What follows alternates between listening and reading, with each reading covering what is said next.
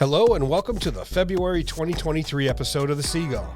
The Seagull is the place to stay up to date on everything you need to know about the 102nd Intelligence Wing at Otis Air National Guard Base, right here from beautiful Cape Cod, Massachusetts. I'm Tim Sandlin from Public Affairs, and together with Tech Sergeant Jay Whitaker, we'll get you up to speed on what's going on here at the Wing. Thanks, Tim. This month's show features a roundtable discussion with the 102nd Recruiters team.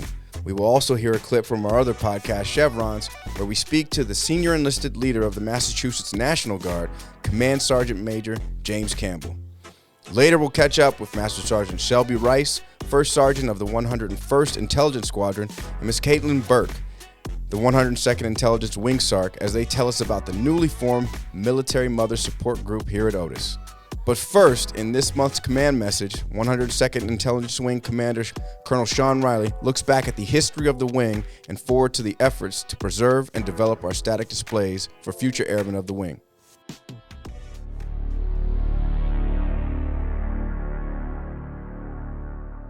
Since its establishment as a separate branch of the Department of Defense, the Air Force and the Air National Guard have accumulated over 75 years of their own history and heritage.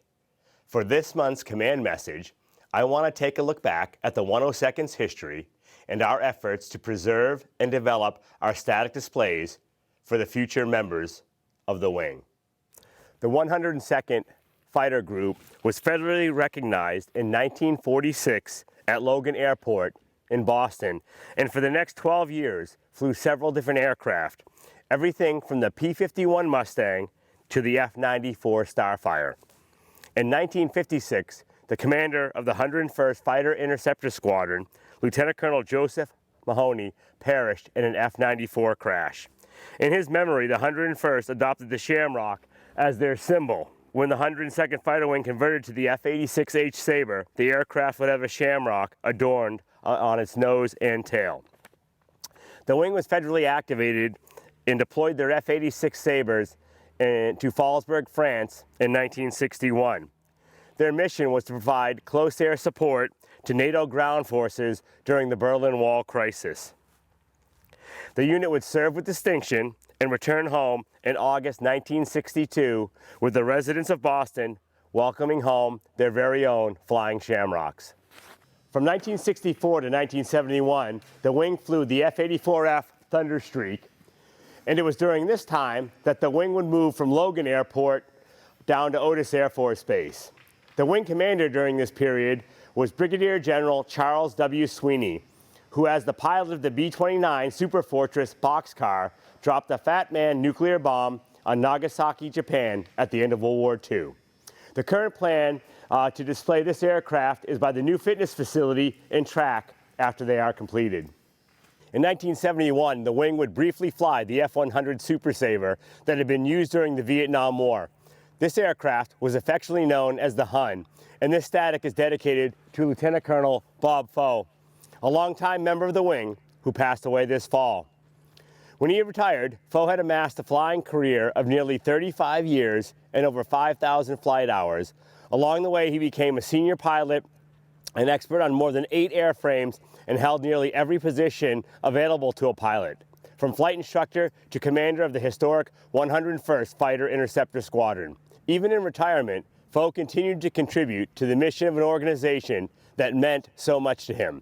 He was an active member of the Otis Civilian Advisory Council for many years and was also the longest-standing board member of the Eagle's Nest All Ranks Club, dedicating his retired life to enhancing the morale and well-being of veterans throughout the region.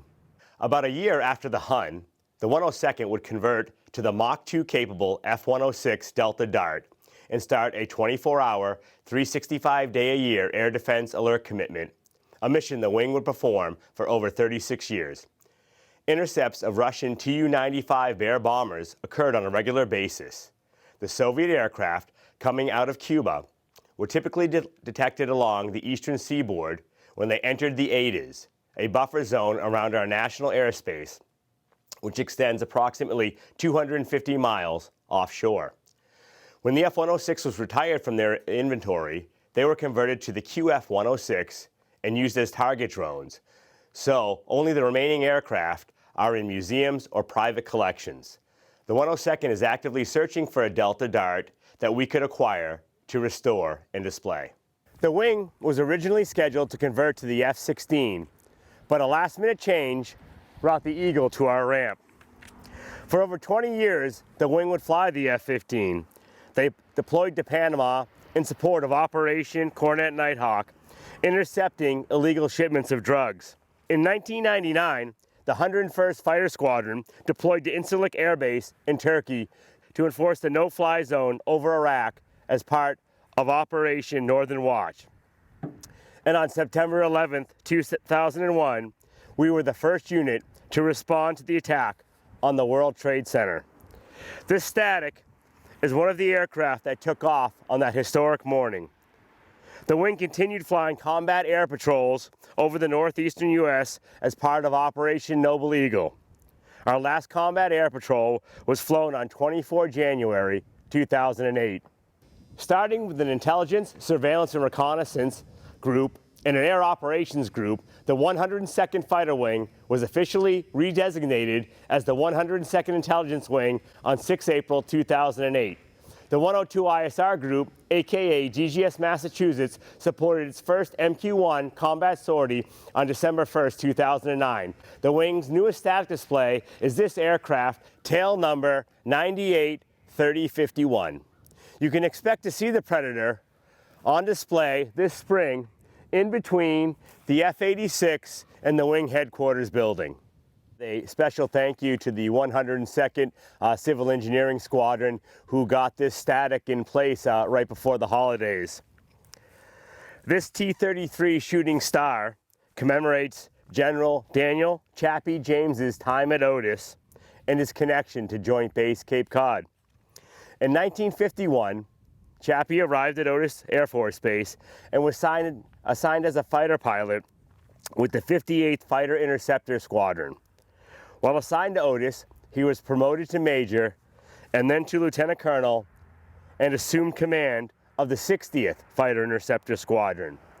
During his tour at Otis, he received the Massachusetts Junior Chamber of Commerce Award, Young Man of the Year for 1954 for his outstanding community relations efforts.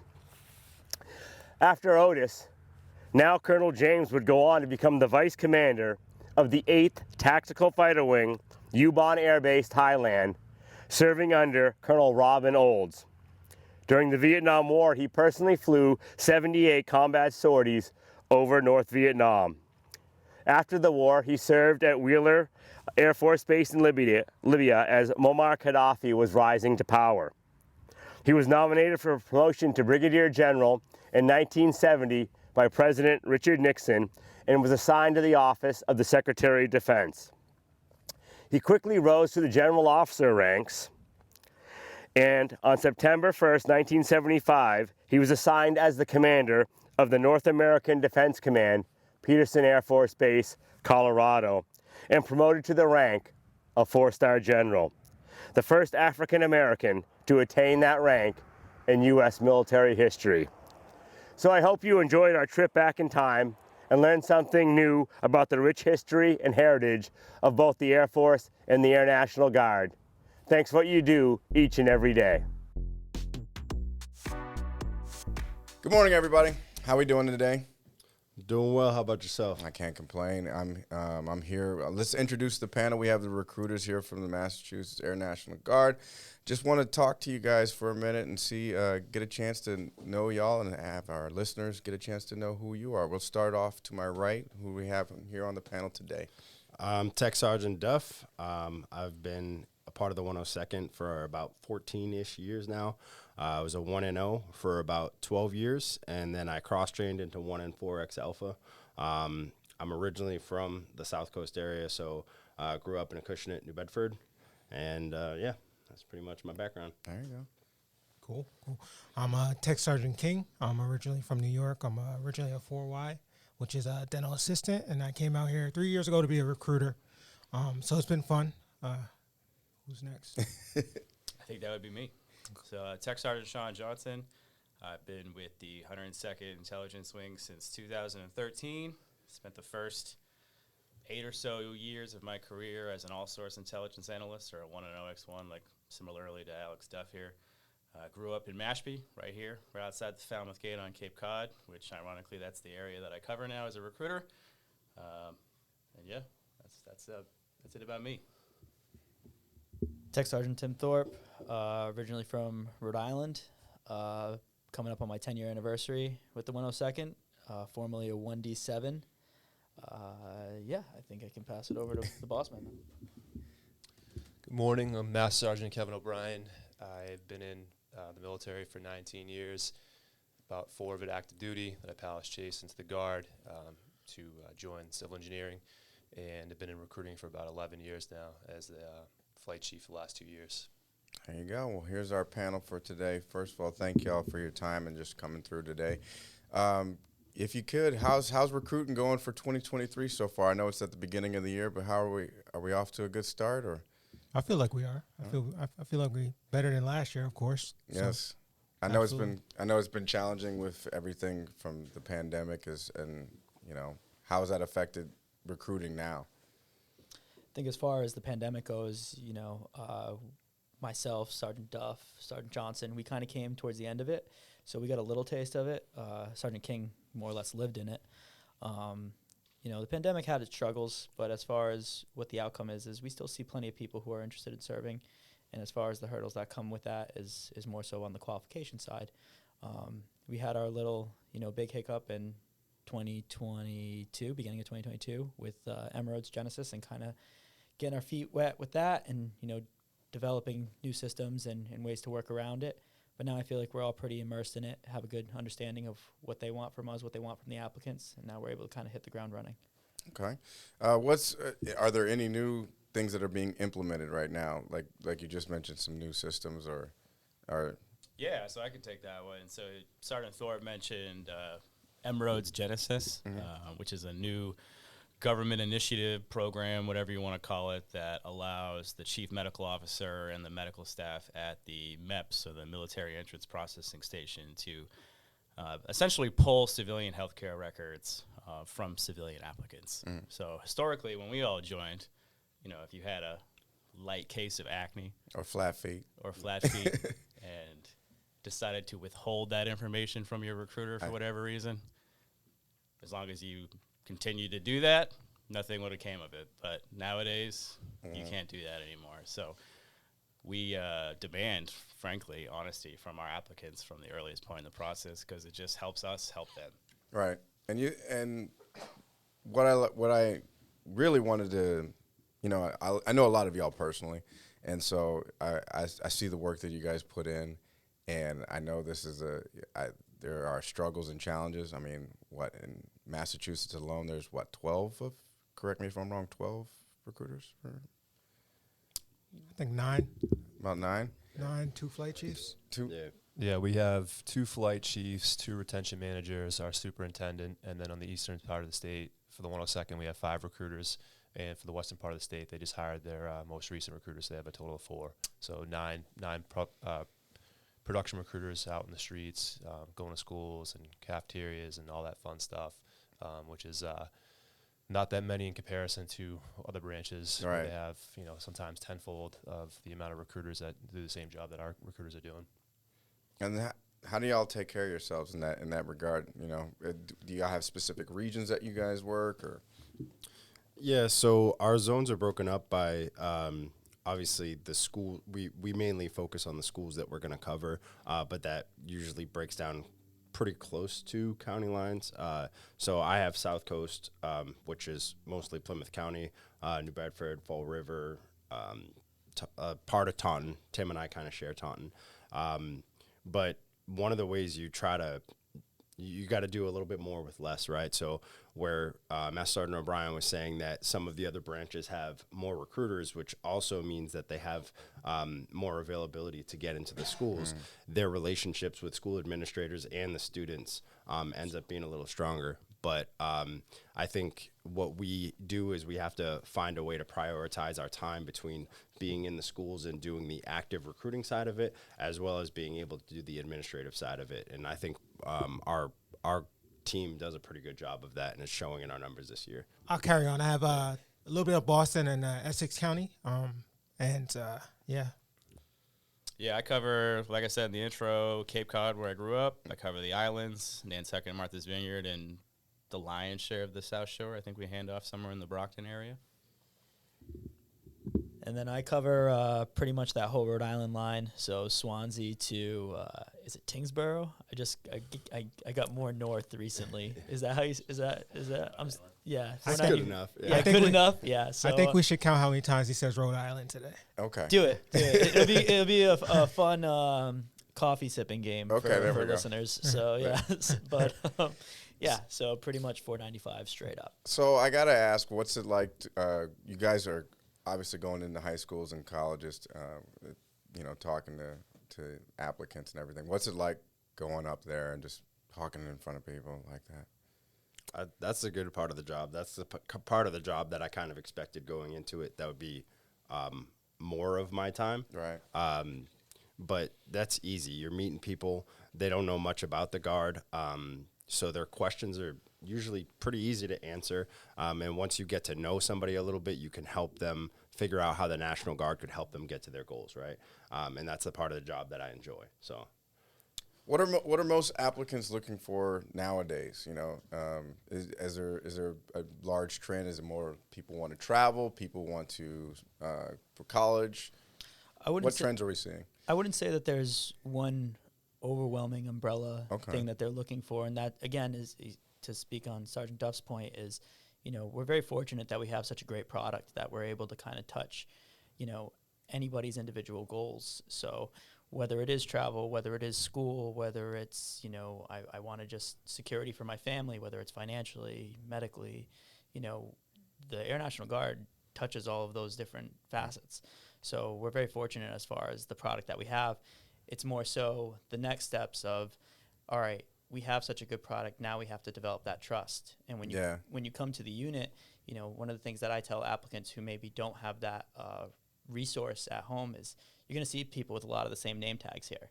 And it's because, they have mom, uncle, aunt, dad, Wife. Yeah, exactly. Who can reassure that, no, the product is as good as the recruiters are saying. All right. So, not to say that this is what everyone else does, but I think they do, go out, do your research, because I think that once you see what not just militarily the other branches or components have to offer, just jobs in general, what they have to offer, we have a great product, and we're very fortunate to have such a good product. It's just a matter of, again, qualification. Yeah. Anybody else want to touch on that? I think when I first got here, some of the things that we were selling are definitely different from now. I think we originally started out with trades and job security, and now everybody has job openings due to the economic changes that we have. So now we're really trying to just cater to that environment that we're in at the time. Okay. Let's talk about the SPEED Act. I know that's been a new thing that's happened in the state of Massachusetts. How have y'all seen an influx of recruits just basically interested in that, or? I think it's still kind of early on that. I think the jury's still out. I think we're still communicating what that bill entails and kind of just getting it out on the street. Just to take a step back, the SPEED Act stands for the Military Spouse License Portability, Education, and Enrollment of Dependents Act. And it was basically one of the last things that Governor Baker signed before he left office.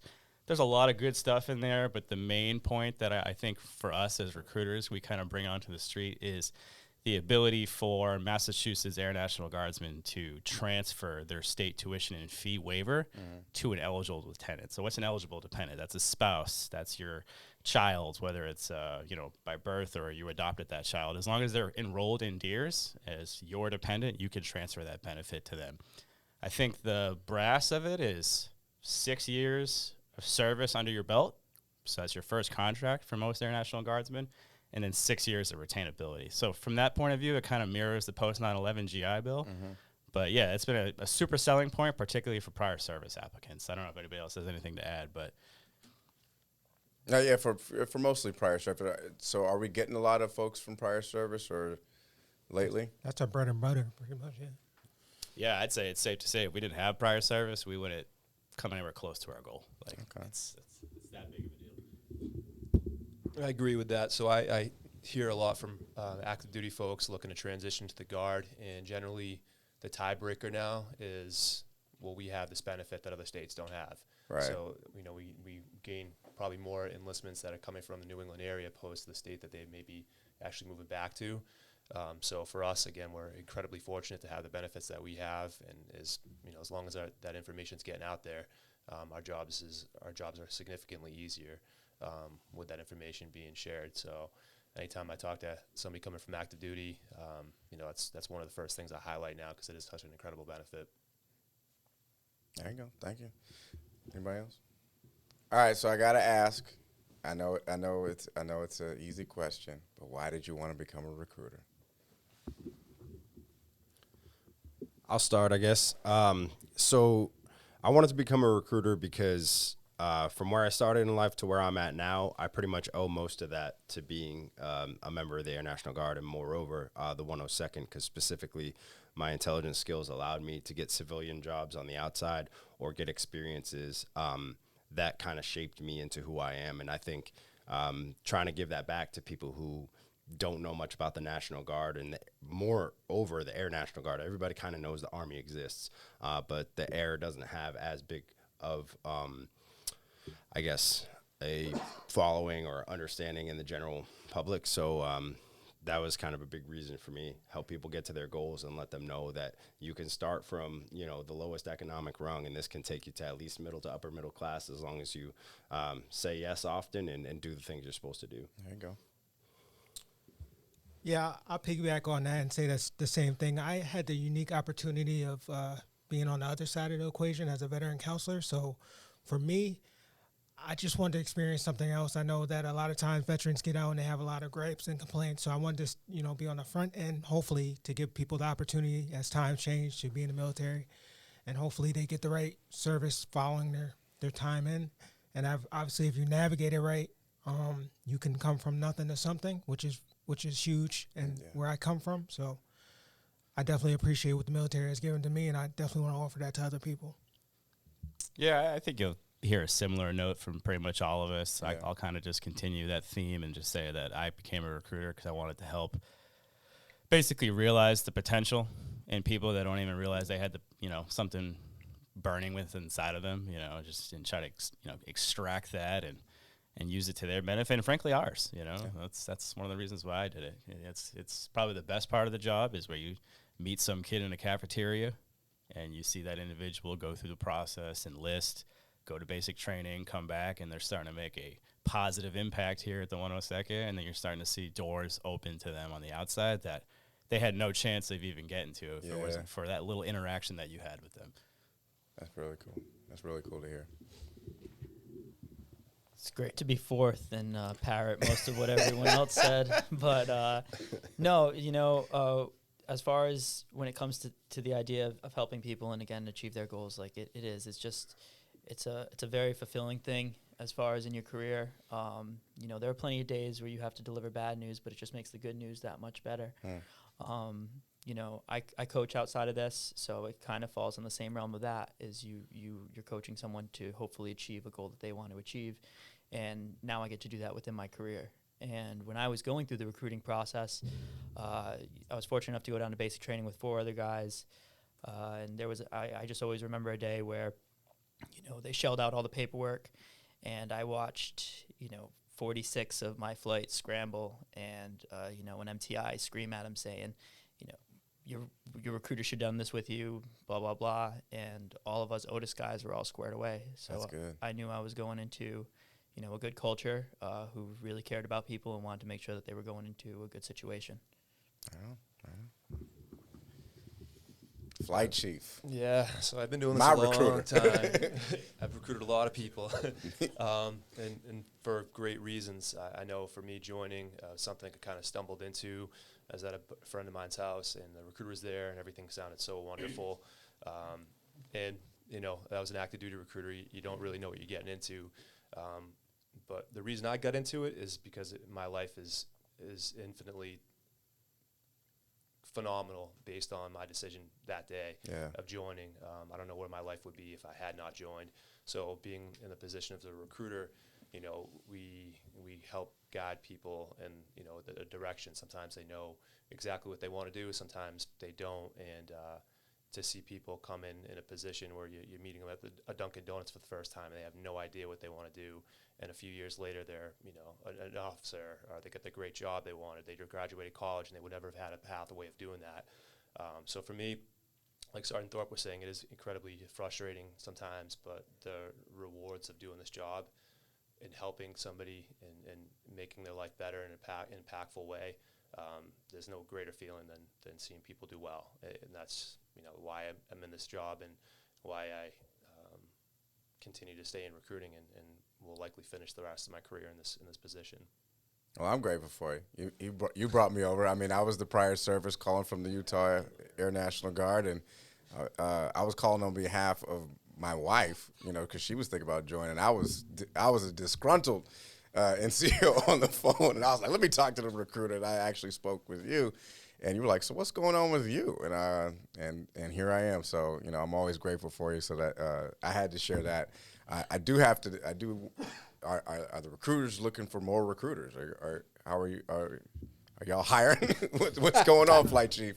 As a matter of fact, we are hiring. So if anybody out there is interested, you can definitely hit me up, and I'll be happy to answer your questions. It is, I gotta warn you, it is incredibly challenging. It's not always job briefs and enlistment days. There's a lot of work behind the scenes for those days to happen.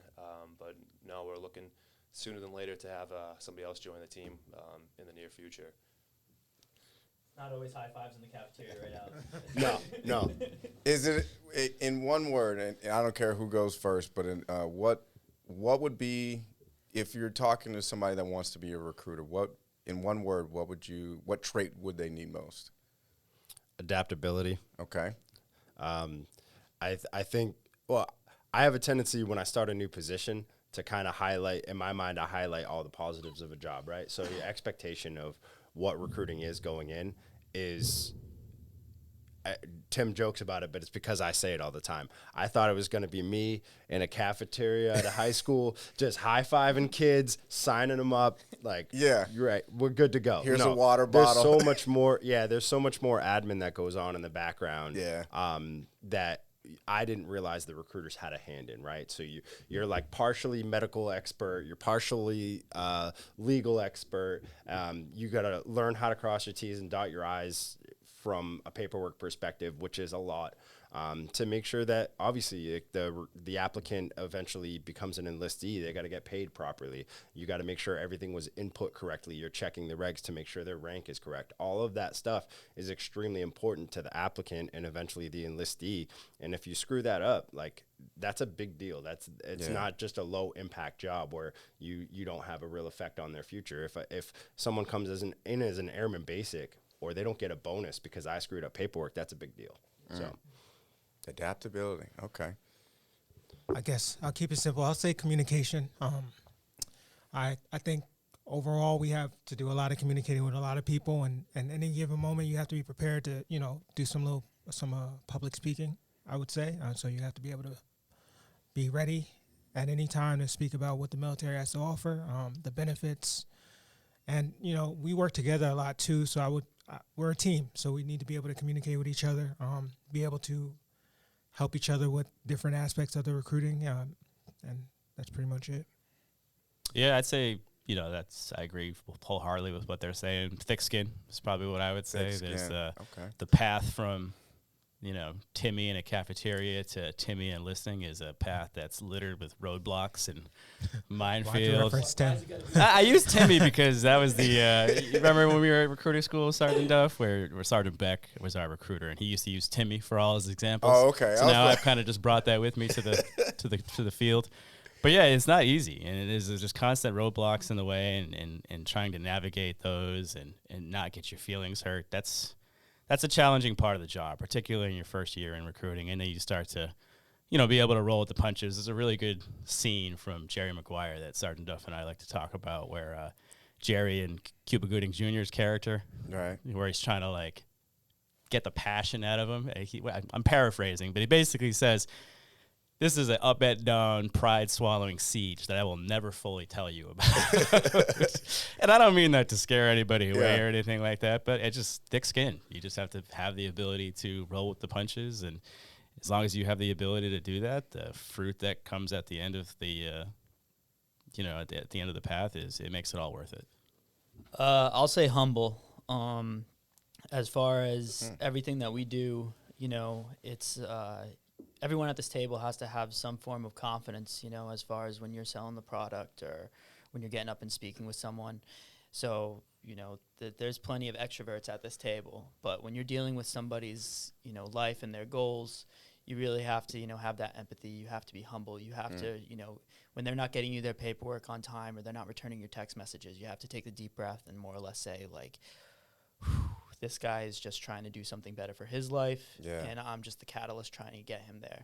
And then on the other side of it, when things are slow, when you're struggling, obviously our job is focused around a number, but, those numbers are obviously people. So when it's a struggle, you have to be humble enough to, raise your hand and ask for help. And, when you're riding a hot wave, like, that's great, but, like, it's only because you're helping people.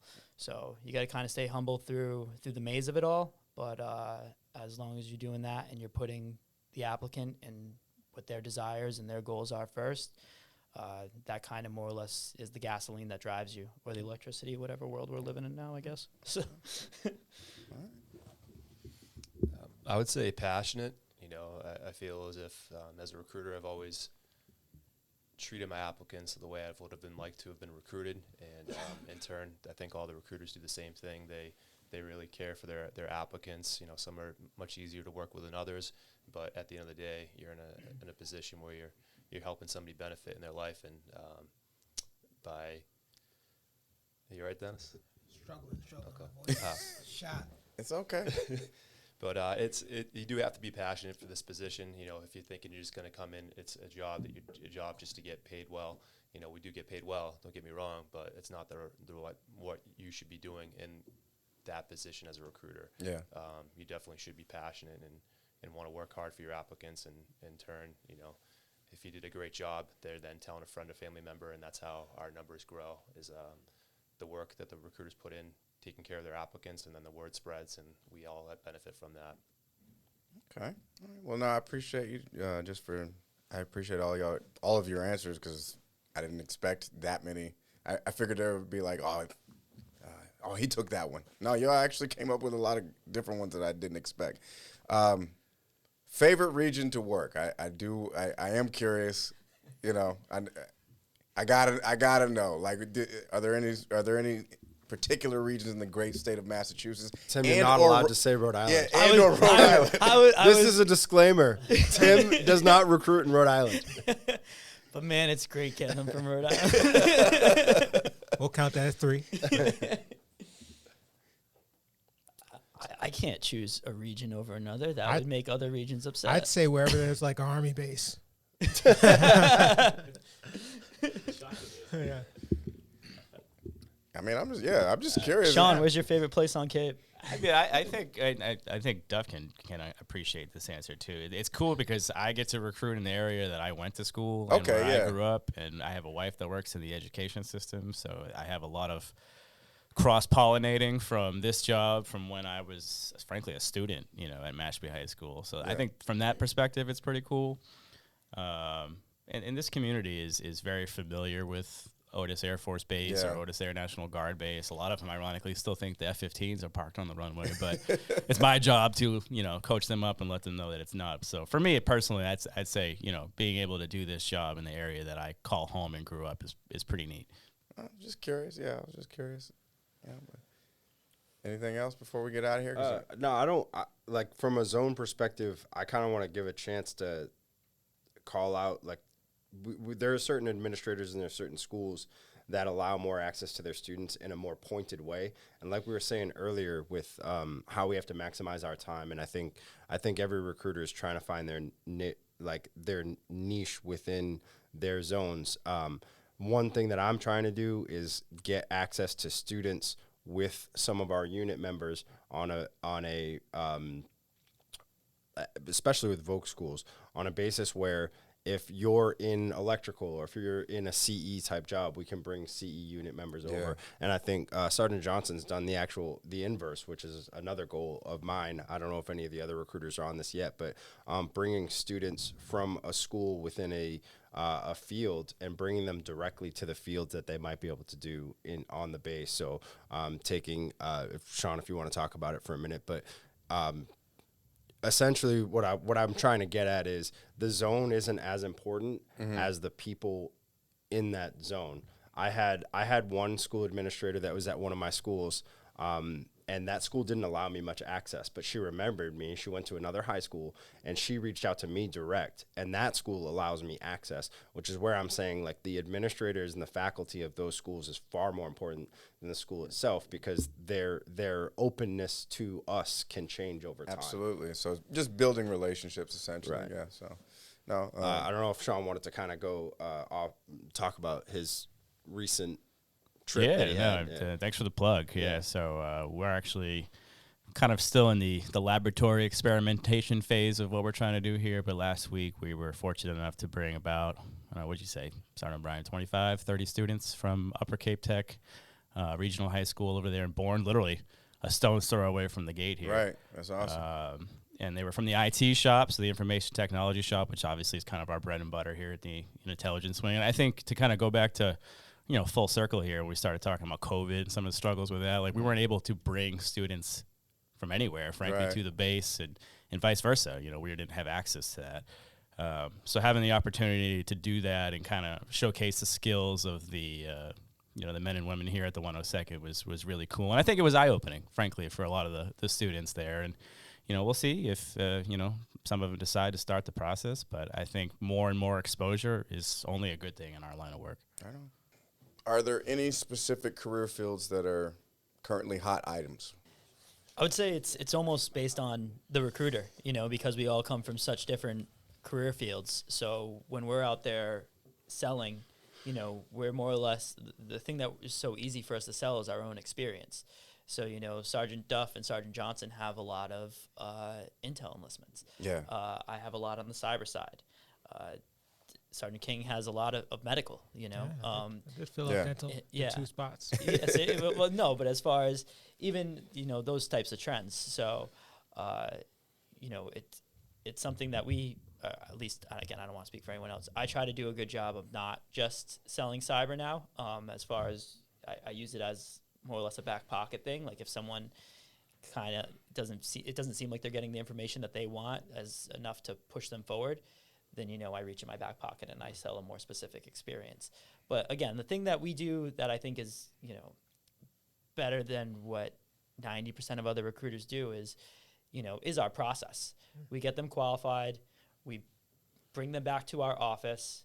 We tell them the jobs that they're qualified for. And instead of pushing, 3 or 4 sheets of paper in front of them, we say, hey, come to the base and see those jobs. See the unit that you're going to join. See if it's a culture that you want to be a part of. As opposed to just going up to MEPS and, being force-fed whatever's in front of you at that very moment. And I think that's the biggest thing that sells most people, most parents, as far as like, hey, we're not here to hustle, your kid in on a moment's whim. Like, we want to make sure that this decision is exactly what they want and is truly going to benefit what they're looking to do. Absolutely. If I push a job, I usually try to push the full-time route. So I usually go with those jobs, like the 1-0s, 3 POs.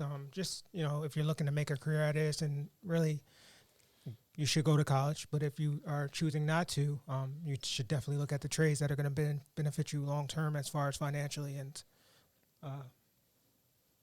help you out. Career-wise, help you on the outside. What can we do as members of members of the 102nd to help you guys?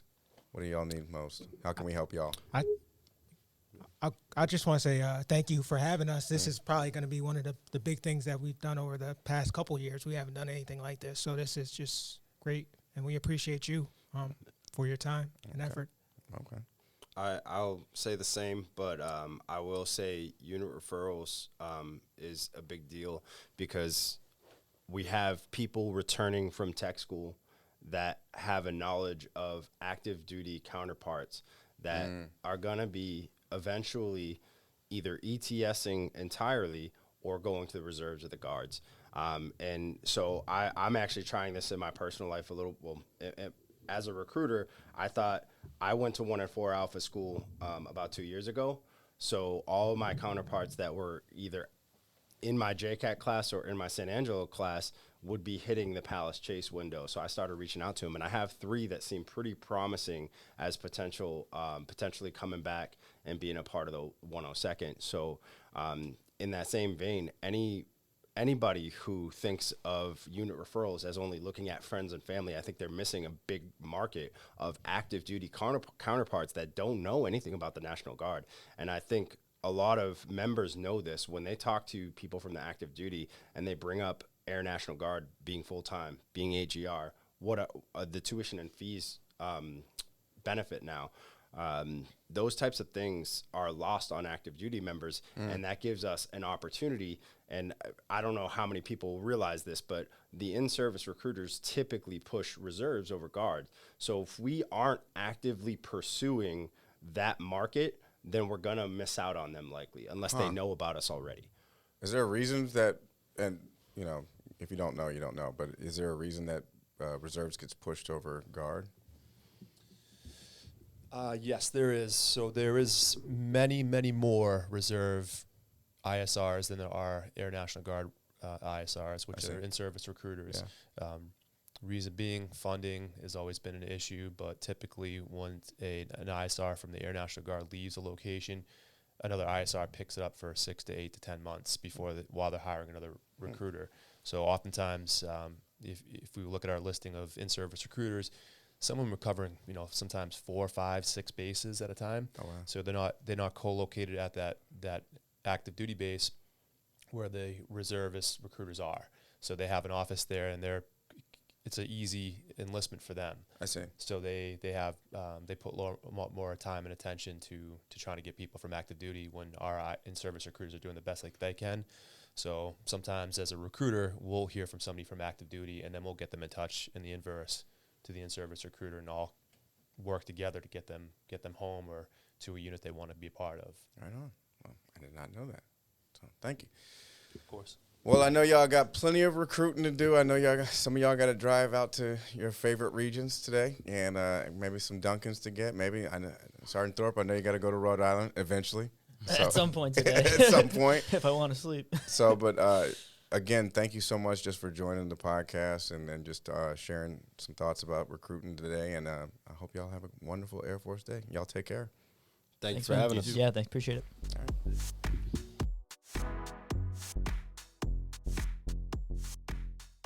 We're here to talk about the Military Mom Support Group. And joining me, I have a wonderful panel with me today. Who do we have in studio? Good morning or good afternoon. This is MSgt Shelbey Rice, and I am the first sergeant of the 101 IS. And I'm Kaitlyn Burke. I am the Wing SARC. So the Military Mom Support Group, how did this come about? Okay, so it came about as an idea that was given to me by Miss Jill Garvin, our DPH, and also Kate as the SARC. And I think it's really stemmed from an increase of postpartum anxiety and depression, and also we've had a big baby boom, not only in my squadron, but I think in the wing, there's just been a lot of new babies. So I think we just saw an area that needed to be focused on, and that's how it started. I don't know if, Kate, you have more to add to that?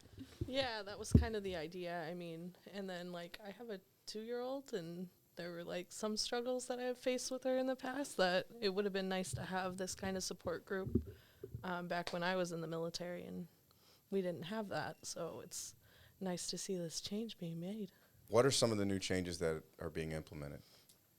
Sure. So we actually just had our first meeting last drill weekend, and it was really just a introduction into the support group and also what our intent with the support group is. So we really just spent that, the first actually, I think went over an hour, doing an icebreaker and introducing each other to one another, because it was very, very diverse as far as members around the wing. So we introduced ourselves and, told each other how many kids and maybe some of the struggles we have as military moms as well. And it was very relatable. And it was a good point to connect and network. But yeah, we have a lot of things coming up. I think it's a very dynamic group as far as what we focus on. But as I'm sure people watch the news, there's a lot of things locally going on around local news. So this drill will be focusing more on mental health in general, but also postpartum anxiety, depression, and psychosis, and just have like a open conversation about that. Are there any good resources available to our members outside of the support group? Absolutely. There's almost like so many resources, especially for military members, and I know it can be overwhelming. So using people like your first sergeant or the DPH or Kaitlyn Burke, the SARC, just to understand all those resources. And shout out to Military Family Readiness as well. Yep. They have a lot of good resources, but I know it can also be overwhelming. But I think there's definitely a lot to be learned as far as resources, policy, regulations when it comes to being a mom in the military. So we'll definitely be focusing on that in some of the meetings as well. Yeah, and that's like a huge thing on the group getting together is that, you know, some of these moms have already been through it. We have some that are brand new, and they can kind of come, and if they have questions, they can get advice from the ones who have just gone through it or more recently have just had babies. Especially when it comes to those policies and stuff like that. That is a great resource to navigate through those military policies. Yeah, I believe one of the topics that came up last meeting was maternity uniforms, as far as do we have to pay for them? Do we get reimbursed? How do we get maternity uniforms?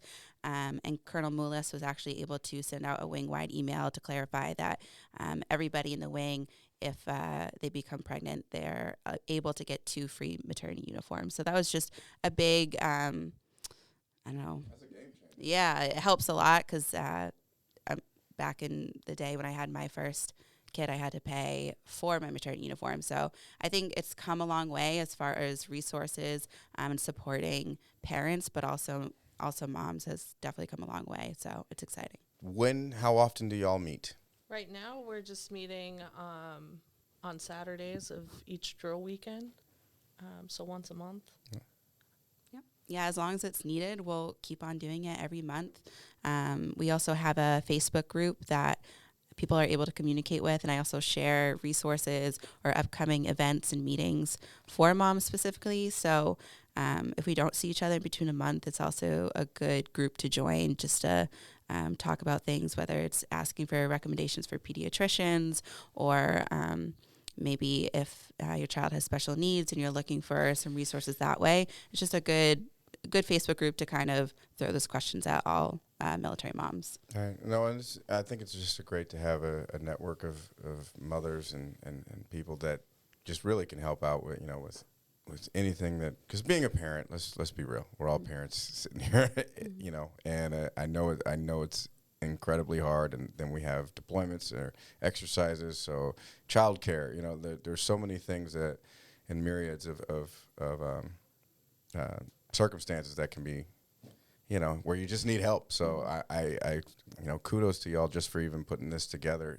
I think it's going to be wonderful to help out the 102nd, and hopefully other units and other wings can follow suit, and hopefully we can just be able to take care of our people better, you know what I mean? So, absolutely. So how can people get in touch with you all? Or? So you can get in touch with any of your first sergeants, but also I am a full-time first sergeant with the 101 IS, and so is our DPH, Jill Garvin, and also Kaitlyn Burke is full-time as well. So we're here almost all the time. So reach out to us, but we look forward to growing the group and hopefully focusing on things and improving them as well.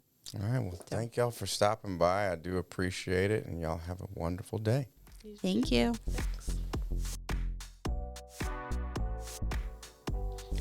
Before we go, here's a bit of a preview of our other podcast, Chevrons. From junior enlisted to senior leaders and those in between, we interview notable individuals to address everyday challenges and hurdles the enlisted force faces. In this episode, we welcome the Senior Enlisted Leader of the Massachusetts National Guard, Command Sergeant Major James Campbell. We welcome him into the studio to talk about the development, readiness, and mentorship of the soldiers and airmen of the Massachusetts National Guard. Along the way, we learn a little bit about Command Sergeant Major Campbell's military story, as well as how he ended up as the 9th State Senior Enlisted Leader.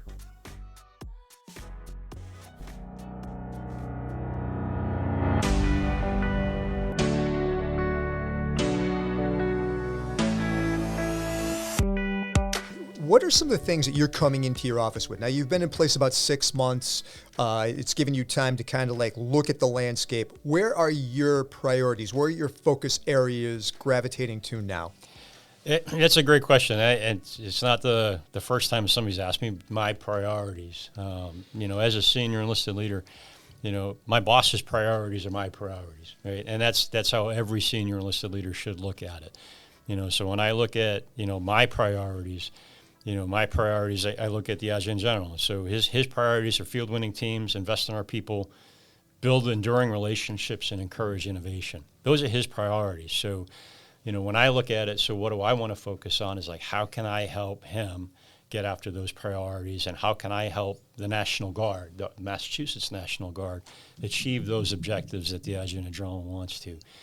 Right. And so when I look at it, and this is a conversation he and I had when he decided to take a chance on me and bring me back to Massachusetts, was really looking at it from a leader development perspective, and not just how to sending soldiers to school, getting your Airmen leadership school, getting your basic leader course or your advanced leader course, right? But it's about career progression. It's about how do we grow our non-commissioned officers so that when they become the next, command chief, state command chief, or the next state command sergeant major, or the next battalion command sergeant major, or group command chief, are they prepared, right? Kind of getting back to what you were saying earlier, it's like, are they prepared to be a good advisor to that commander, right?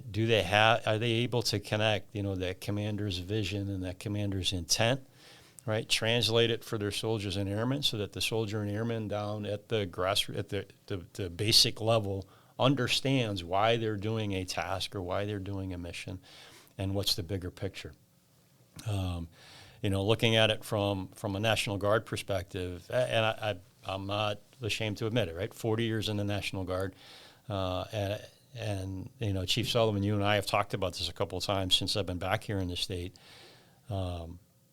Had I not stretched myself over the last 10 years to go out and do some things, the Massachusetts National Guard, right, every National Guard, but Massachusetts National Guard has a role in the national defense strategy and the national security strategy, and the defense strategy and the goals and objectives of the governor of the Commonwealth of Massachusetts. So we as guardsmen, right, especially us as senior enlisted leaders, need to understand what our role is so that, A, we know that our commanders and their intent is getting after those objectives, and we can provide them some sound advice so that we can translate it for our soldiers and airmen so that they understand why we're doing it.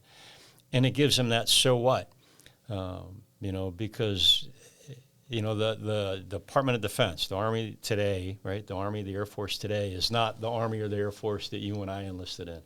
Where 40 years ago when that drill sergeant or that platoon sergeant said, private, do this, and you just went to rigid attention and you said, yes, Sergeant, I'll go do that.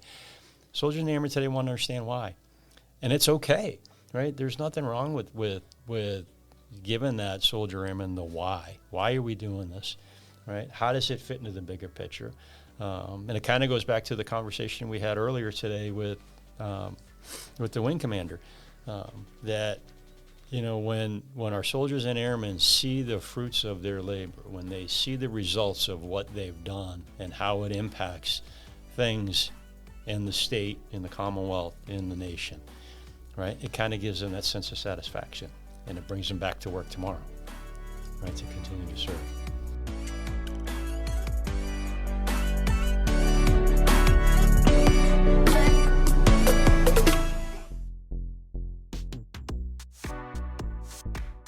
February is full of mini holidays like Valentine's Day and President's Day, but it's also Black History Month. Black History Month wasn't always a month, though. It actually began as a week. Carter G. Woodson, an American historian and Harvard University PhD, dedicated his efforts to showcase the contributions of black Americans. In 1926, when he launched Negro History Week in the second week of February to coincide with the birthdays of Abraham Lincoln and Frederick Douglass. Black History Month is for everybody. Black History Month is about sharing and celebrating the stories of countless men and women who made a difference in our world. Some achievements are noted more than others, but all of their stories reveal how they changed the world and how we can too. February 7th, you're gonna love, Tim. I know you're gonna love this one. Really? It's your favorite dish, fettuccine Alfredo day. That is my favorite dish. Yeah, see? Speaking of, just a couple of days later, on the 9th, is National Pizza Day, Bagel Day, and Read in the Bathtub Day? Yeah, I mean, I'm going to take Really? leave that day. I'm going to take leave and just hang out and get some self-care and get some pizza and some bagels. Well, maybe I'll hit the dentist because it's also National Toothache Day. Which probably is the big reason why chocolate is such a big theme in February. February 1st is Dark Chocolate Day. Okay, that's the only day you need to know. Forget the rest of it. No. Chocolate's the only way to go. This is true, but February 5th is... It's bittersweet. Okay. You do this to me every time. I love it. February 5th is Nutella Day, Chocolate Fondue Day, National Cream-Filled Chocolates Day is on February 14th. February 25th is Chocolate Covered Nut Day, and February 28th is Chocolate Souffle Day. Why do they have National Toothache Day before all of this? That doesn't make any sense. See? Because February 11th, do you know what February 11th is? What's that? That's National Don't Cry Over Spilled Milk Day. I'm lactose intolerant, Tim. Oh. I got nothing. All right. And then, yeah, go ahead. This is for you. This is not for me. It's for everybody. It's February 14th. We all know that's Valentine's Day, but it's also on that particular day. It's Extraterrestrial Culture Day, International Book Giving Day, National Ferris Wheels Day, Pet Theft Awareness Day, and National Organ Donor Day. That's a lot going on. The National Organ Donor Day and Extraterrestrial Culture Day, are they related? Makes you wonder. Yeah. This episode is brought to you by the Twilight Zone. Yeah, exactly. Did you know February 20th, 1962, first American orbited the Earth? Trivia question. Who is it? John Glenn. Senator John Glenn. Who I believe went on to become the oldest person in space. I don't know, since all these commercial launches as of late, yeah, SpaceX and such. But when he went up last, I believe he was the oldest person in orbit. Well, that's pretty cool. All right, I like He that. went up on the space shuttle. Okay. February 22nd is National Margarita Day and Cook a Sweet Potato Day. Would you cook a sweet potato or would you bake a sweet potato? I would bake a sweet potato. I mean, you could. Details are important. It's the important things that matter. Let's see. And for all you New Englanders, February 25th is National Clam Chowder Day. If you're gonna say it, you gotta say it right. I'm not gonna say it. It's National Clam Chowder. Day. I say my R's. Okay. I'm from California. Okay. See, they don't have National Clam Chowder Day there. Yeah, we have avocado toast, and it's delicious. Fried green tomatoes, too, I bet. It's also Open That Bottle Night, February 25th. Not even going to ask. Yeah, I don't even want to know what that is. Yeah, we don't even need to know. Anyways, thank you so much for listening to The Seagull. We'll see you back here at the March RSD. For more news from the 102nd Intelligence Wing, visit our website at www.102iw.ang.af.mil/links or search for 102IW on any major social media platform. Boom. Golf clap. Yeah.